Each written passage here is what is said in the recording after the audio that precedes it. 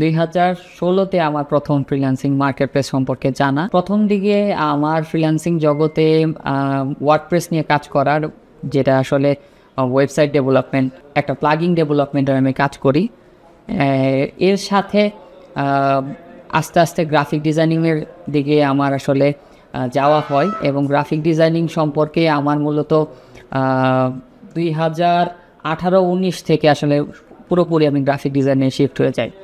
এর পিছনে যদি বলতে হয় পিছন থেকে, সেটা হচ্ছে যে মার্কেট প্লেসে প্রথম যে আমি কাজটা পাই সেই কাজটা $10 ছিল এবং এই প্রথম যে ডলারটা আমার অ্যাকাউন্টে ঢোকে ওটার আসলে ভালো লাগাটা আসলে ভাষায় প্রকাশ করার মতো না।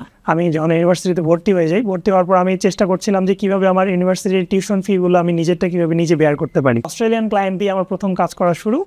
তারপর শুরুটা ছিল freelancer.com দিয়ে, তখনও আপওয়ার্ক ছিল না, এটার নাম ছিল তখন ওডেস্ক। তো freelancer.com কয়েক বছর কাজ করার পর আমি দেখি যে ওডেস্কের কাজের সুবিধাটা আরও অনেক বেশি। তো তারপর আমি freelancer.com ছেড়ে দিয়ে ওডেস্কে জয়েন করি এবং ওডেস্কে কাজ করতে থাকি। সেই ওডেস্ক আস্তে আস্তে এখন আপওয়ার্কে রূপান্তরিত হয়েছে, তো সেইখানে এখনও কাজ করছি। আর এর সাইড বাই সাইড দেখলাম যে আমি শুধু ওয়েব ডেভেলপমেন্ট নিয়ে কাজ করতাম, ওয়ার্ডপ্রেসের ওয়েবসাইট কিংবা কোনো পিএইচপি ওয়েবসাইট এগুলো আমি বানাচ্ছিলাম। তো কিছু কিছু ক্লায়েন্ট দেখলাম যে ডিজাইন নিয়ে আসে, যে তার ডিজাইনটাকে কনভার্ট করে ওয়েবসাইটে বানাতে হবে।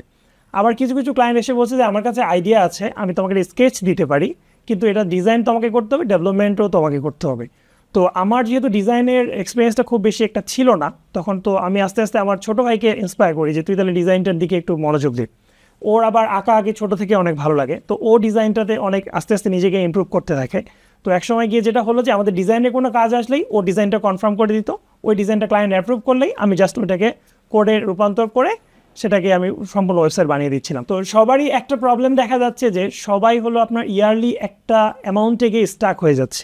একা একা যখন কাজ করছে বা নিজে একটা ছোটো টিম নিয়ে যখন কাজ করছে, তখন দেখা যাচ্ছে সে হয়তো বা বছরে 100K কিংবা 150K আর্ন করার পর এর বেশি আর্ন করতে পারছে না। তো আমরা তখন চিন্তা করলাম যে তাহলে কি করা যায়, যেটা করলে আমরা এর থেকে বেশি এই থ্রেশহোল্ডটা পার হয়ে আমরা আরও সামনের দিকে যেতে পারবো।